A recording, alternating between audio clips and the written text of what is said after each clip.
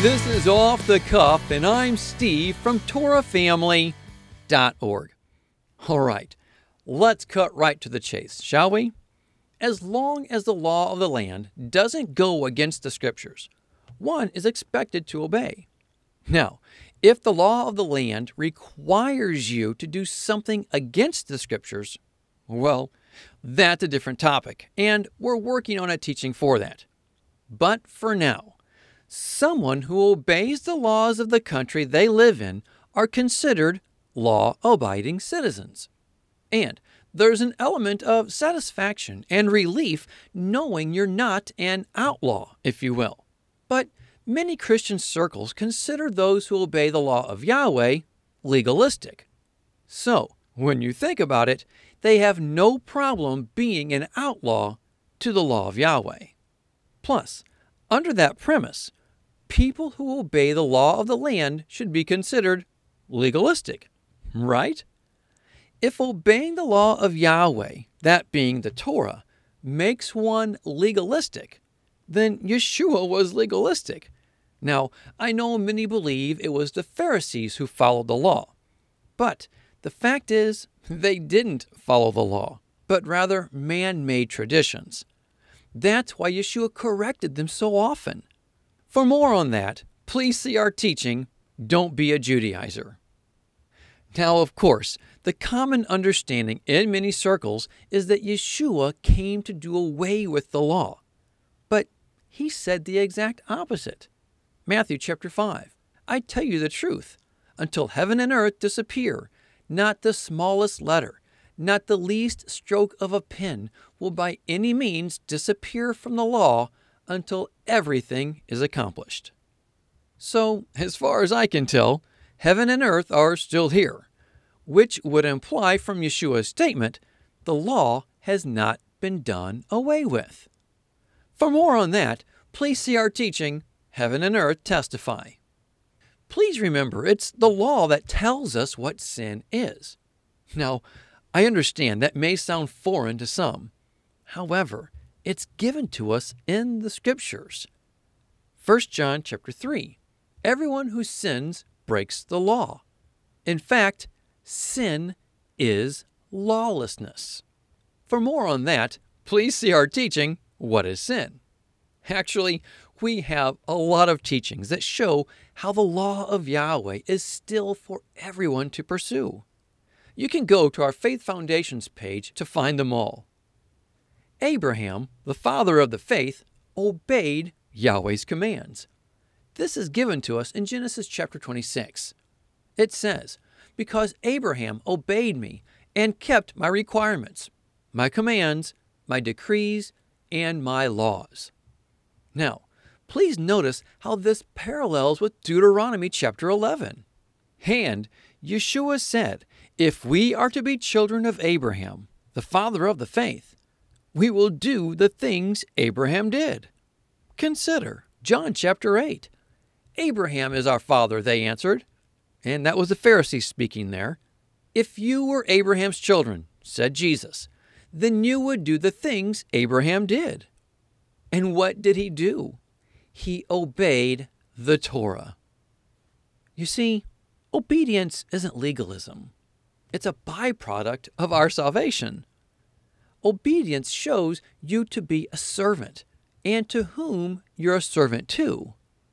Why would Yahweh do away with His law through Yeshua only to have it established again when Yeshua reigns as king? Consider Isaiah chapter 2.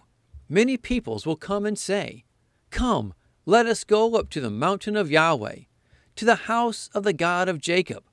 He will teach us His ways, so that we may walk in His paths. The law will go out from Zion, the word of Yahweh from Jerusalem. We see almost the exact same words found in Micah chapter 4.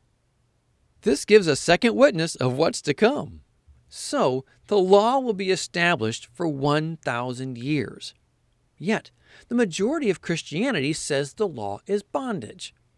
If that's your view of the law, do you really believe Yahweh will put His people under bondage for 1,000 years under the reign of Yeshua? And please remember, the law will be written on our hearts in the coming new covenant. Jeremiah 31. The time is coming, declares Yahweh, when I will make a new covenant with the house of Israel and with the house of Judah. It will not be like the covenant I made with their forefathers when I took them by the hand to lead them out of Egypt, because they broke my covenant, though I was a husband to them, declares Yahweh. This is the covenant I will make with the house of Israel after that time, declares Yahweh. I will put my law in their minds and write it on their hearts. I will be their God, and they will be my people. No longer will a man teach his neighbor or say to his brother, saying, Know Yahweh, because they will all know me, from the least of them to the greatest, declares Yahweh. For I will forgive their wickedness, and will remember their sins no more. Verse 34 shows we are not in the new covenant just yet. It's a time we are waiting for. But if one chooses to reject the law now, why would they want it placed on their heart? In the past, Yahweh forced his people to be under the laws of other nations when they rejected his laws. Jeremiah 16. When you tell these people all this, and they ask you, Why has Yahweh decreed such a great disaster against us? What wrong have we done? What sin have we committed against Yahweh our God? Then say to them, It is because your fathers forsook me, declares Yahweh, and followed other gods, and served and worshipped them. They forsook me, and did not keep my law. But you have behaved more wickedly than your fathers. See how each of you is following the stubbornness of his evil heart instead of obeying me? So I will throw you out of this land into a land neither you nor your fathers have known, and there you will serve other gods day and night, for I will show you no favor.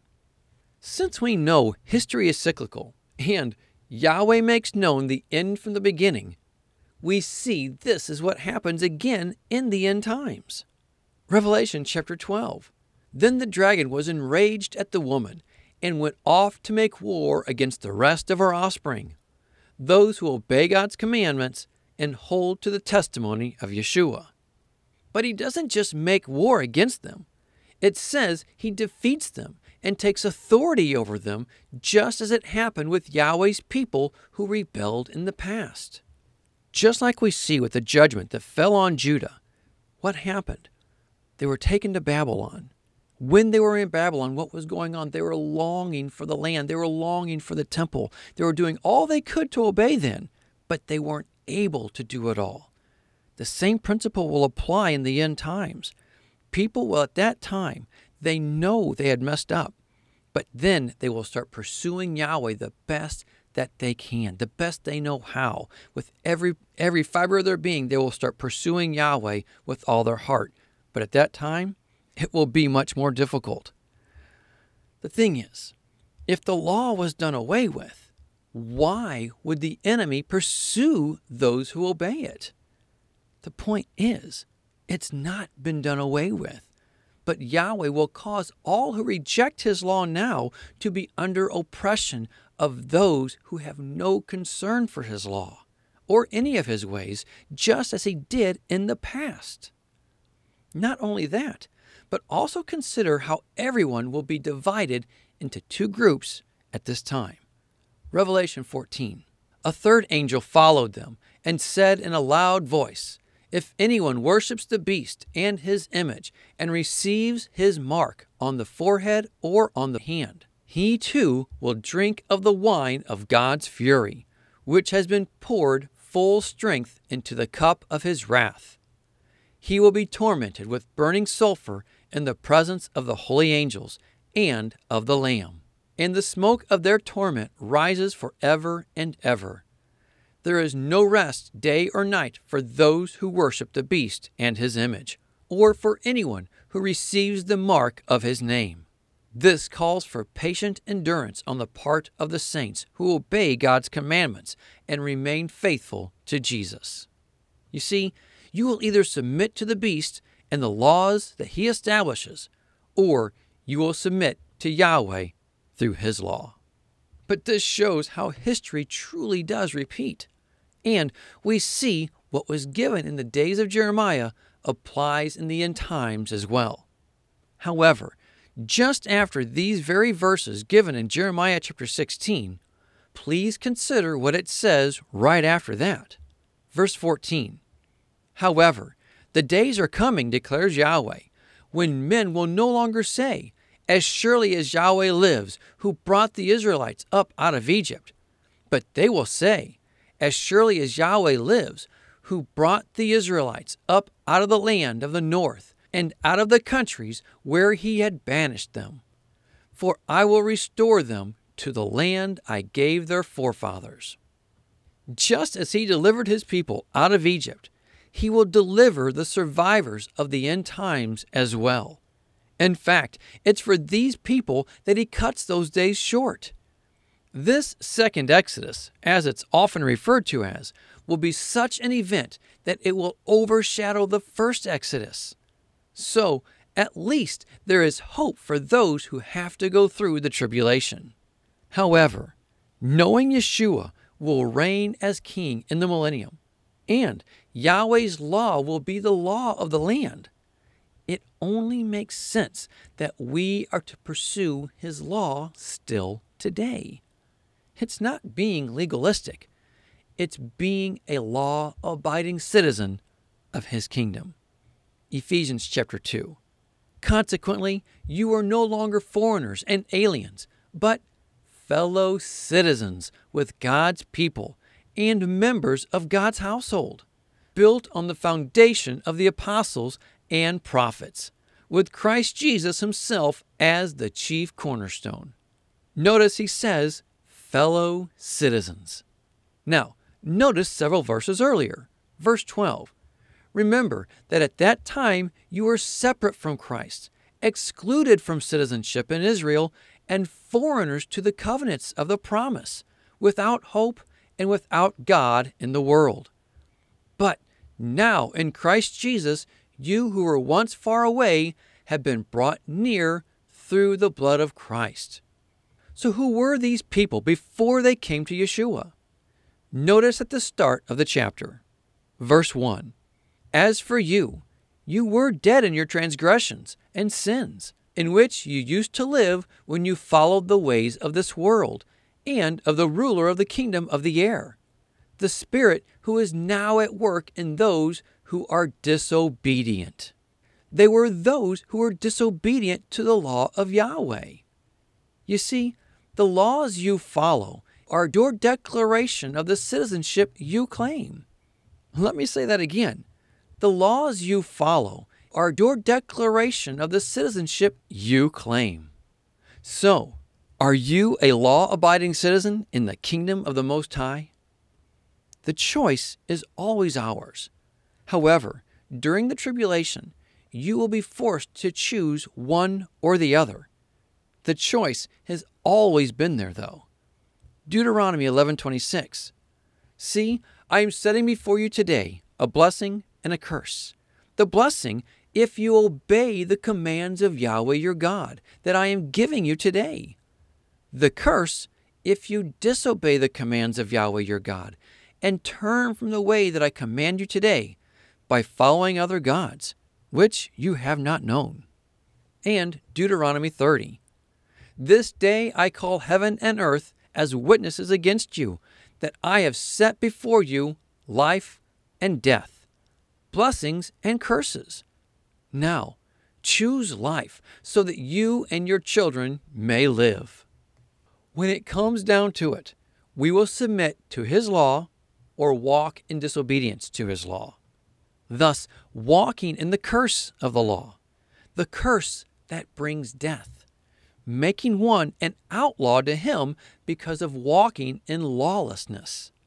This is why we see what Yeshua says in Matthew chapter 7, verse 21. "Not everyone who says to me, 'Lord, Lord,' will enter the kingdom of heaven, but the one who does the will of my Father who is in heaven. On that day, many will say to me, 'Lord, Lord, Did we not prophesy in your name, and cast out demons in your name, and do many mighty works in your name? And then I will declare to them, I never knew you. Depart from me, you workers of lawlessness. Showing you are a follower of the ways of the lawless one, the Antichrist. So choose life. Be a law-abiding citizen in Yahweh's kingdom today and every day. Well, that's all I have. Think about it. Pray about it.